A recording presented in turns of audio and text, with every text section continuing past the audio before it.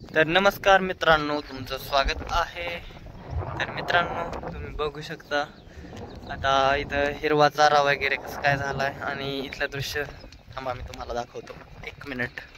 तर बघू शकता मित्रांनो तुम्ही, मी किती उंच डोंगरावरती आणि बकरी कसा चाऱ्याचा आनंद घेत आहेत.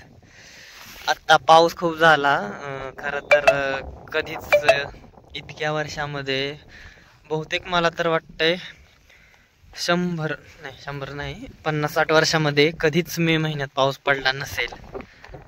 आणि यावर्षी मात्र वैशाखात पाऊस पडलाय, ज्येष्ठ आषाढऐवजी. आणि हे बघा कसं काळभोर असं आभाळ आलेलं आहे आणि बकरी चाऱ्याचा आनंद घेत आहे. तर मित्रांनो, हे बघा काळभोर आभाळ आलेलं आहे आणि इथे आमचं जे तळ आहे ते भरलेलं आहे. पलीकडे वस्ती, ही रानं, मंदिर आणि इथे खाली आमची घरं आहेत डोंगराच्या खाली पायथ्यालगत. आणि ही तळी आहेत. इथे बंगला आहे, तो जानकरमाळ आहे. पलीकडे ठोंबरे वस्ती नंबर 2. इथे ही बघा शाळा आमची, सोमेश्वर विद्यालय मोढाळी. ही बघा इथून दिसती शाळा. तर ही आहे शाळा जिथे आम्ही 5वी ते 10वी होतो. तर बघा इतक्या लांब अंतर होतं शाळेत जायला आम्हाला. तर इथून आमच्या डोंगरावरून ती शाळा दिसते.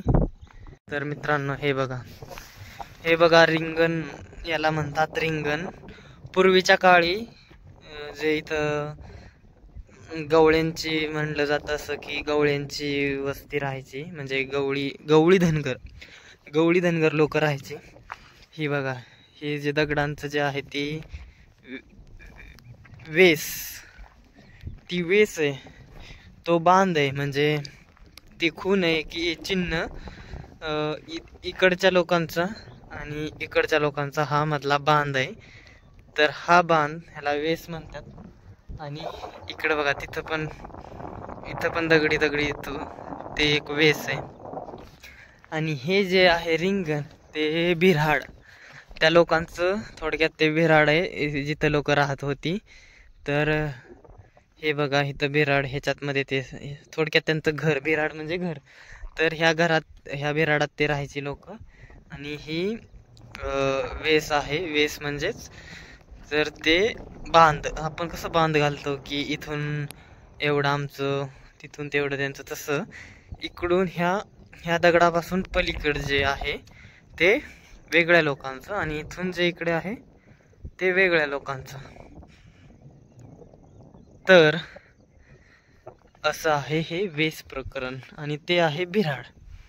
सो मला दिसलं म्हणून मी तुम्हाला सांगितलं. तर ते खरं आहे की खोटं तुम्हाला माहीतच असेल. ज्यांना माहीत आहे वेस आणि ते बिऱ्हाड वगैरे काय असतं त्यांना माहीत असेल, ज्यांना माहीत नाही त्यांनी सर्च करा. आणि कसं वाटलं बिऱ्हाड आणि वेस तेवढं कमेंटमध्ये सांगायला विसरू नका बरं का, प्लीज. हे बघा मित्रांनो, इथे उंच डोंगरावरती असं पाणी, हरणांसाठी पाणी साचलेलं आहे. ह्या खडकाला इथं वीज पडून खडकाचा हौद तयार झाला आणि ह्या हौदामध्ये पाणी बघा. इतक्या माळ रानावरती उंच ह्याच्यामध्ये पाणी असणं म्हणजे खूप मोठी गोष्ट आहे. आणि इथं पावसाचं पाणी साठले या दगडामध्ये आणि इथं हे पाणी हरणं येत असतात. लांडकं, हरणं, कुत्री पण आणि लांडगे पण.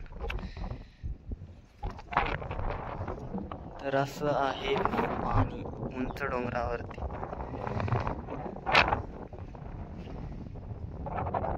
ही बघा मित्रांनो, बकरी पाण्यासाठी खाली आली डोंगरावरून. आता मला हे बघा पाणी प्यायचंय, तर ह्या विहिरीचं पाणी प्यायचंय मला आणि बाटली भरून घ्यायची पाण्याची. हे बघा इकडं तळ आहे, विहीर.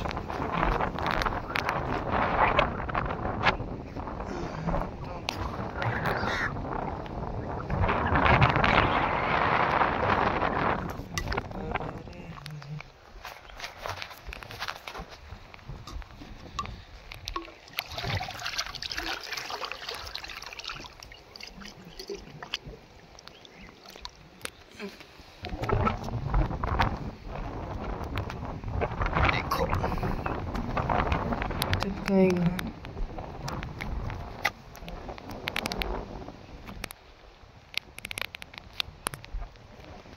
चला तिथे छत्री ठेवली आणि इथून जायचंय.